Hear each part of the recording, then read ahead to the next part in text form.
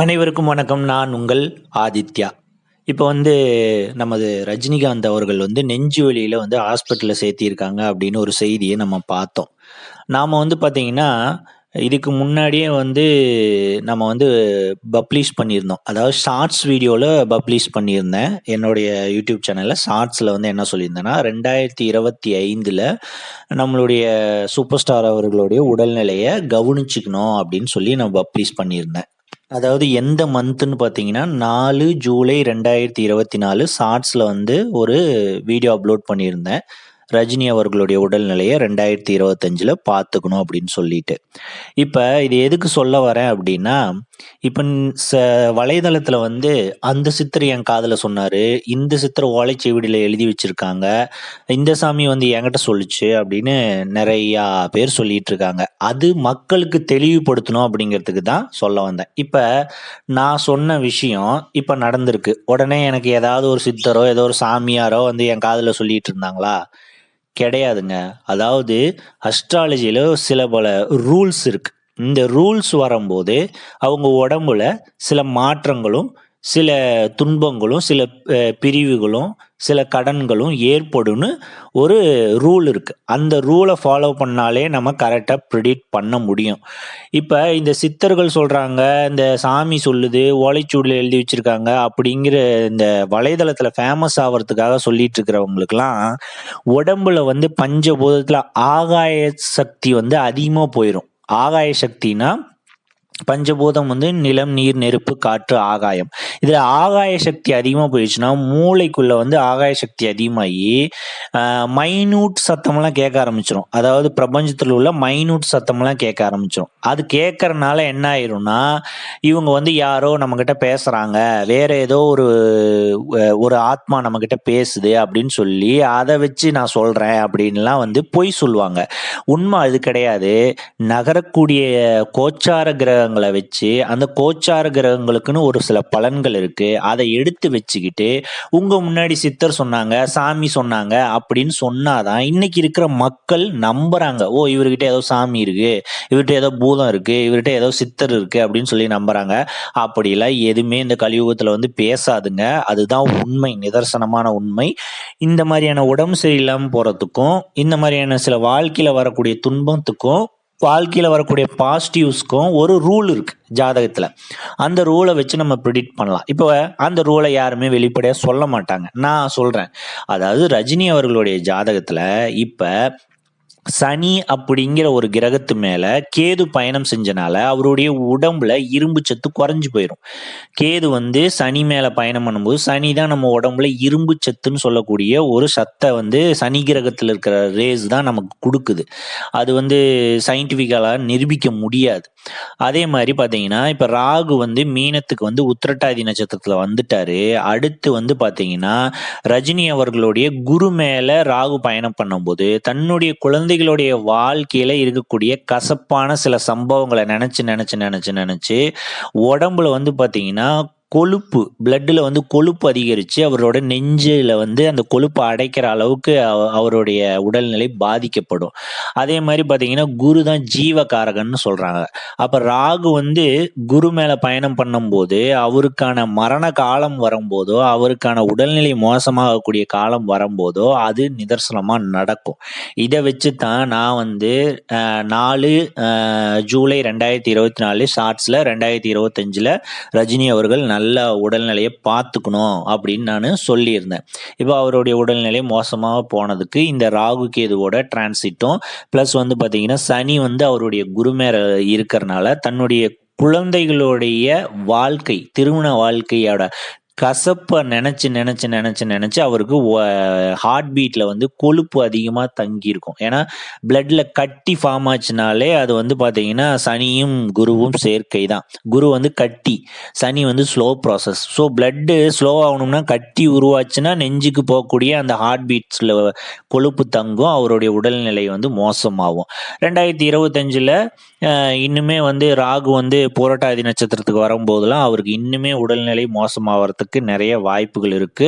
இப்ப 2025 பிறக்கிறதுக்கு 3 மாசத்துக்கு முன்னாடியே கிரகங்கள் சிம்டம்ஸை காட்ட ஆரம்பிச்சிடும். அதாவது ஒரு கட்டத்துல இருந்து இன்னொரு கட்டத்துக்கு போறதுக்கு 3 மாசத்துக்கு முன்னாடியே அந்த கட்டத்துல என்ன கிரகம் இருக்கோ அது சார்ந்த பிரச்சனைகளை உடல்லையும் மனசுலையும் கொடுக்க ஆரம்பிச்சிடும்.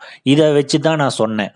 மற்றபடி வந்து இந்த வீடியோ எதுக்குன்னா, வலைதளத்தை இந்த ஜோசியம் ரீதியாகவும் பரிகாரம் ரீதியாகவும் இன்னைக்கு வந்து ஒரு பிஸ்னஸ் ரீதியாக வந்து அதை வந்து ரொம்ப விமர்சனமாக பண்ணிட்டு இருக்காங்கல்ல. சித்தர் சொன்னாரு, சித்தர் எழுதி வச்சிருக்காரு, அந்த கடவுள் வந்து என் காதில் சொல்லிச்சு, இந்த பூதம் வந்து என் காதில் சொல்லிச்சு, இந்த குட்டிச்சாத்தா வந்து என் காதில் சொல்லிச்சு அப்படிங்கிற எல்லாருமே ஆகாய பூதம் அதிகமாயிருச்சுன்னா மூளையில ஒரு திரவம் சுரந்து ஒருவித பைத்திய நிலைக்கு போயிடுவாங்க. அதாவது ஆகாய பூதத்தை சமநிலையில வச்சு அந்த ஆகாய பூதத்தோட அழகா கலக்கிறவங்க தான் நிலை சித்தர்கள். அந்த ஆகாய பூதம் அதிகமாயிடுச்சுன்னா பைத்தியம் பிடிச்ச மாதிரி நிறைய ரோட்ல அழிஞ்சிட்டு இருப்பாங்க, பார்த்துருப்பீங்க. அந்த மாதிரி ஒரு சுச்சுவேஷன் ஆயிரும். இப்ப இந்த ஆகாய பூதம் அதிகமாயிட்டாதான் இந்த சாமி ஆடுறது, இந்த வந்து ரொம்ப பேய் பிடிச்ச மாதிரி ஆடுறதெல்லாம் வந்து மண்டையில வந்து ஆகாய பூதம் அதிகமாயிரும். அப்ப அந்த ஆகாய பூதத்தை எப்படி குறைக்கிறது அப்படின்னு பாத்தீங்கன்னா, நெருப்புனாலதான் குறைக்க முடியும். வேப்ப மரம் வந்து பாத்தீங்கன்னா நெருப்பின் சக்தி, தன்மை கொண்டது. ஆகாயம் வந்து பாத்தீங்கன்னா தன்மை கொண்டது. நமசிவாய மந்திரம் தான் நம்ம உடம்பு. நாங்கிறது மண்ணு, மாங்கிறது தண்ணி, சீங்கிறது நெருப்பு, வாங்கிறது காற்று, யாங்கிறது ஆகாயம். இந்த 5 பூதம் சேர்ந்துதான் நம்ம உடம்புல உயிரை வச்சிருக்கு. இதுல ஏதாவது ஒரு பூதம் அதிகமானா அது சார்ந்த பிரச்சனை நம்மளுடைய உடம்புக்குள்ள வரும். ஸோ இந்த மாதிரியான ஏதோ ஒரு ப்ரிடிக்ஷனை யார் மேலேயோ வச்சு அவங்க எனக்கு காதுல சொல்றாங்க அப்படிங்கிறதெல்லாம் வந்து அப்பட்டமான பொய். அந்த கிரக ரூல்ஸ் இருக்கு. இப்ப நான் வந்து மகாவிஷ்ணு ஐயாவை பத்தி கூட ஒரு வீடியோ போட்டிருந்தேன். அதுல வந்து 7ஆம் தேதி தம்பி மகாவிஷ்ணு தமிழ்நாட்டுக்கு வராதீங்க, ரொம்ப பிரச்சனை பெருசாயிரும்னு சொல்லி அவர் ஆஸ்திரேலியால இருந்து பேசும்போதே நான் வீடியோ போட்டுட்டேன். பட் வந்து இப்ப அவருக்கு என்ன பிரச்சனை போயிட்டு இருக்குன்னு உங்களுக்கு தெரியும். இது எல்லாமே கிரகம் நகரக்கூடிய ரூல்ஸை வச்சு ஒரு மனுஷனுக்கு 95% ப்ரிடிக்ஷன் பண்ண முடியும். அந்த 5% ஏன் ப்ரிடிக்ஷன் பண்ண முடியாதா, அப்ப நீ வந்து ப்ரிடிக்ஷன் பண்றது பொய்யா அப்படின்னு சொல்லி நீங்க கேட்கலாம். ப்ரிடிக்ஷன் பண்றது பொய்யா அப்படின்னு நீங்க கேட்கலாம். அது என்னன்னு வந்து பாத்தீங்கன்னா, அந்த 5% அவனுடைய தனிப்பட்ட தியான முறைகளும், அவனுடைய தனிப்பட்ட பஞ்சபூத சக்திகளை ஆக்டிவேட் பண்ணிக்கிறதும், அவனுடைய தனிப்பட்ட ஒரு கோயிலுக்கு போய் அங்க உள்ள எனர்ஜிஸை வாங்கும் போது அந்த கிரகங்கள் சமநிலையாகவும் அப்ப ப்ரிடிக்ஷன் தவறலாம். ஏன் தவறலாம்? அவனுக்கு வந்து ஏதோ ஒரு பஞ்சபூதத்துல ஏதோ ஒரு சக்தி குறையுது, அதனால அந்த நோயோ அந்த கடனோ அந்த பிரச்சனையோ அவனுக்கு வருது. அந்த பஞ்சபூதத்தை சரி செய்யக்கூடிய ஏதோ ஒரு ஸ்தலத்துக்கு போயிட்டானா அதுல இருந்து அவன் ஓரளவு அதை மீண்டு போற மனோபலத்தை கொடுத்துரும். அவ்வளவுதானே தவிர இங்க சில பேர் வந்து ப்ரிடிக்ஷன் எனக்கு பண்ணி காட்டு அப்படின்னு சொல்லி ரொம்ப ஒரு மாதிரி கோபமாகவும் ஆக்ரோஷமாகவும் சொல்லிட்டு இருப்பாங்க. ப்ரிடிக்ஷன் அப்படிங்கிறது என்னன்னா, ஜோசிய கட்டத்துல இருக்கக்கூடிய கிரகத்துக்கு ஒவ்வொரு பூதம் இருக்கு. இப்ப சனினா ஆகாய பூதம், சரிங்களா? இப்ப புதன்னா வந்து பாத்தீங்கன்னா அது வந்து நீர் பூதம், செவ்வாய் அப்படின்னா வந்து அது மண் பூதம். சோ இந்த ராகு கேது என்னன்னா இந்த பூதத்தோட எனர்ஜிஸை கண்ட்ரோல் பண்ணக்கூடியது. கண்ட்ரோல் பண்ணனா அது வாஷ் அவுட் பண்ணக்கூடியது. அந்த வாஷ் அவுட் பண்ணக்கூடிய விஷயத்த நாம வந்து பூஸ்டப் பண்ணிக்கிறதோ இல்ல சமநிலைப்படுத்திக்கிறதோ அதுதான் வந்து அஸ்ட்ராலஜி, வேற ஒண்ணுமே கிடையாது. அஸ்ட்ராலஜிங்கிறது இதுதான். சோ இப்ப இவருடைய உடம்புல என்ன பூதம் குறைஞ்சிருக்கும், அதாவது நம்மளுடைய ரஜினிகாந்த் பூதம், ரஜினிகாந்த் சூப்பர் ஸ்டாரோடைய உடம்புல என்ன பூதம் குறைஞ்சிருக்கும்? சனி மேல கேது பயணம் பண்ணுது. அப்ப பயணம் பண்ணும்போது என்ன ஆயிருக்கும்? அவருடைய உடம்புல ஆகாய பூதம் குறைஞ்சிருக்கும். அப்ப ஆகாய பூதம் உடம்புல குறைஞ்சிருச்சுனாலே ஈஸியா வந்து அடுத்தவங்களுடைய பொறாமை எண்ணங்களும், அடுத்தவங்களுடைய கெட்ட சிந்தனைகளும், அடுத்தவங்களுடைய நெகட்டிவான மந்திர அலைகளும் ஈஸியா நம்ம உடம்புல பாதிக்கும். ஆகாய பூதத்தை வந்து அதிகமும் படுத்தக்கூடாது, கம்மியும் ஆயிடக்கூடாது, அது சமநிலைப்படணும். அது எப்படி சமநிலைப்படுத்துறது அப்படின்னா, உங்களுடைய கையில் இருக்கக்கூடிய பாம்பு விரல்னு சொல்லக்கூடிய சனி விரலையும் கட்டை விரலையும் ஒன்று சேர்த்தி வச்சு ஒரு முத்திரை பிடிச்சிங்கன்னா அதுதான் ஆகாய பூதம் சமநிலைப்படுறது.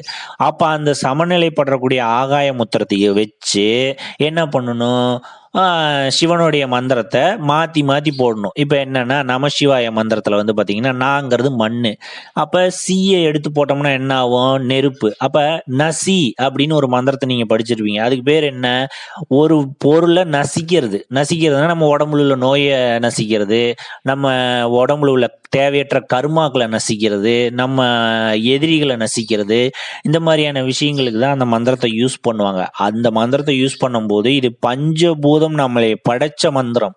தப்பி தவறி அதர்மமா இந்த மந்திரத்தை யூஸ் பண்ணீங்கன்னா நிச்சயமா உங்க வாழ்க்கையிலே உங்க குடும்பத்துல பிச்சை எடுக்கிற அளவு கொண்டு போயிடும். என்னுடைய குருநாதர் சொல்லுவாரு, பஞ்ச பட்சிய தொட்டவன் பஞ்சமா பிச்சை எடுப்பான் அப்படிம்பாரு. பஞ்சமா பிச்சை எடுப்பான்னா பஞ்ச பட்சி சாஸ்திரத்தை தொட்டவன் அதை ஒழுக்கமா அதை வந்து பயன்படுத்தி இருந்தானா அவனை ஜெயிக்கிறதுக்கு இந்த உலகத்துல ஆளே கிடையாது. அதே பஞ்சபட்சி சாஸ்திரத்தை சுயநலமா இவங்களுக்கு பயன்படுத்தணும் அப்படின்னு பயன்படுத்தினா பிச்சை எடுக்க விட்டுரும். அவ்வளவு மோசமான சாஸ்திரம் இந்த பஞ்சபட்சி சாஸ்திரம் அப்படிங்கிறது. பஞ்சபூதமும் அப்படிதான்.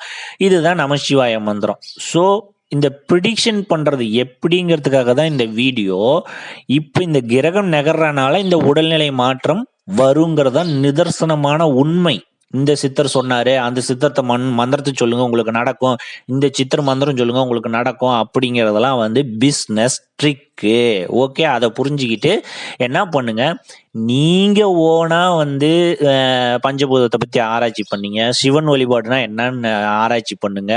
அடுத்து வந்து பாத்தீங்கன்னா கிரக வழிபாடுனா ஆராய்ச்சி பண்ணுங்க. எதனால இந்த கிரக வழிபாடு பண்றாங்க, எதுக்காக கும்பாபிஷேகம் நடத்துறாங்க, எதுக்கு அதுல வாட்டர் கண்டென்ட்டை உள்ள சொருவுறாங்க அப்படிங்கிற விஷயத்தெல்லாம் ஆராய்ச்சி பண்ணாலே இது எல்லாமே ஒரு வித சயின்ஸ்னு உங்களுக்கு புரிய வரும். நம்மளுடைய வாழ்க்கையில நம்ம உடம்ப வந்து நம்ம ஆக்டிவேட் பண்ணிக்கிறதுனா மனசு சமநிலையில இருந்துச்சுன்னா எந்த ஒரு சூழ்நிலையுமே நீங்க சமாளிச்சிடலாம். அதாவது 10 ரூபா காசு இருக்கும் போதும் நீங்க சமாளிச்சிடலாம், 10 லட்சம் காசு இருக்கும் போதும் நீங்க சமாளிச்சிடலாம். பட் அந்த மனசை எப்படி சமநிலைப்படுத்துறது? அந்த மனசை சமநிலைப்படுத்துறதுக்காக தான் நம்ம சித்தர்கள் நிறைய விஷயங்கள் சொல்லி வச்சிருக்காங்க. அது வரக்கூடிய வீடியோஸ்ல நான் உங்களுக்கு சொல்லி கொடுக்குறேன். இப்ப ப்ரிடிக்ஷன் பண்றது இப்படிதான். தயவு செஞ்சு வந்து இந்த குறி சொல்றேன், சாமி ஆடுறேன், அந்த சித்தர் சொன்னாரு, இதெல்லாம் தயவு செஞ்சு நம்பாதீங்க. எல்லாமே கிரகத்துல இருக்கக்கூடிய ரூல். கிரகத்துக்குன்னு ஒரு பஞ்சபூத சக்தி இருக்கு. அந்த பஞ்சபூத சக்தி நம்ம உடம்புலையும் இருக்கு.